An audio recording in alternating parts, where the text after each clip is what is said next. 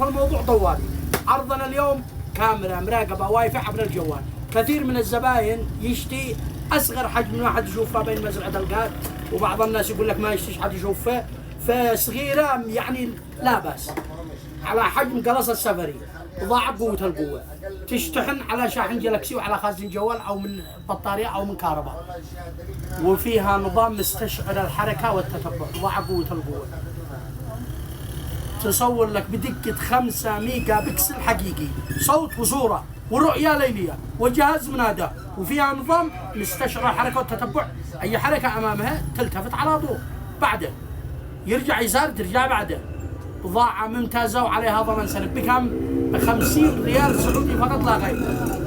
للطلب هذا الكاميرا والتواصل معنا على 72 988 5564 أو زيارتنا صنعاء باب شعوب أمام نقطة الأمن القومي.